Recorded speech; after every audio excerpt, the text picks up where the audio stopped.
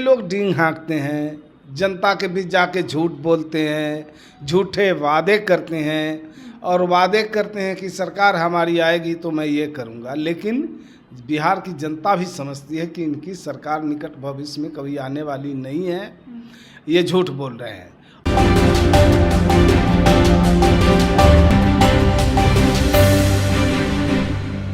नमस्कार, आप देख रहे हैं रब्जी लाइव और आपके साथ मैं हूं निधि सिंह। चुनाव जैसे जैसे नज़दीक आ रहा है वैसे ही बिहार की सियासत में भी काफ़ी ज़्यादा सरगर्मी जो है तेज हो चुकी है, जहां महागठबंधन के तमाम लोग वोट अधिकार यात्रा से अभी आए हैं, तो वहीं क्या कुछ तैयारियां हैं एनडीए की ओर से, सीधे हम बातचीत करेंगे। जेडीयू से प्रवक्ता हिमराज राम जी पहले मौजूद है।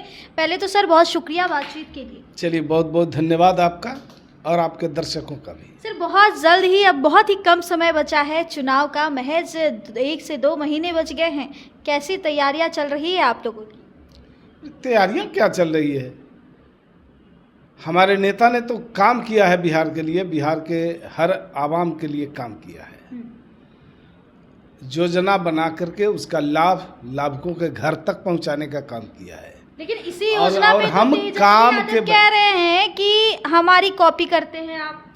अरे ये लोग और ये झूठ बोल करके लोगों को भरमाते हैं और हमारे नेता काम करके दिखाते हैं। लेकिन वो लोग तो पोस्टर लगाए हैं, त्रिदेव मिलकर आप लोगों की सर्वनाश करेंगे। अखिलेश यादव है, जहां राहुल गांधी है, तेजस्वी यादव, 3 लोग मिलकर त्रिदेव बनेंगे और आप लोगों की सर्वनाश करने के लिए आ रहे हैं। ये तीनों परिवारवादी राजनीति के उपज हैं।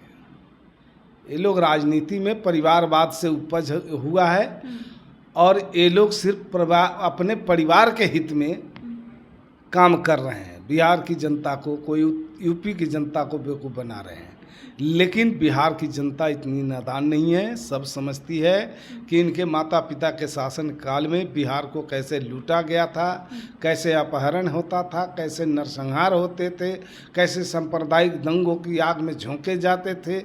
अब बिहार है, नीतीश कुमार जी मुख्यमंत्री हैं बिहार के, सुशासन की सरकार है, कानून का राज स्थापित है। अब नरसंहार नहीं होता, सांप्रदायिक दंगे नहीं होते, अपहरण उद्योग नहीं चलते, यहाँ सब खुलेआम घूमते हैं। बिहार की सड़कें अच्छी हो गई है, रात भर लोग बेखौफ चलते हैं, कानून का राज स्थापित है और किसी को किसी का डर भय नहीं है।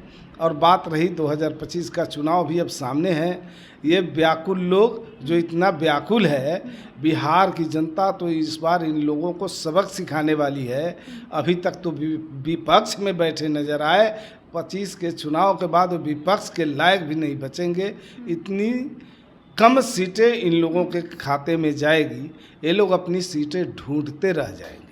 हिमराज जी, एक सवाल और बनता है कि जिस तरीके से अभी पिंडदान की जो चल रही है, पितृपक्ष चल रही है, ऐसे में मोदी जी आ रहे हैं, गया में अपनी जन्मदिन भी मनाएंगे, तो वहीं विपक्ष कह रही है कि अपनी पिंडदान करने के लिए आ रहे हैं। कैसे देखते हैं इसकी, उनकी इस बयान को? देखिए, गया की धरती पावन धरती है और गया की धरती जहाँ पूरे दुनिया के लोग पिंडदान करने आते हैं, और वही गया की धरती जहाँ गौतम बुद्ध को ज्ञान की प्राप्ति हुई थी और गौतम बुद्ध ने उसी बोध गया की धरती से बैठकर पूरे दुनिया को शांति का संदेश देने का काम किया था।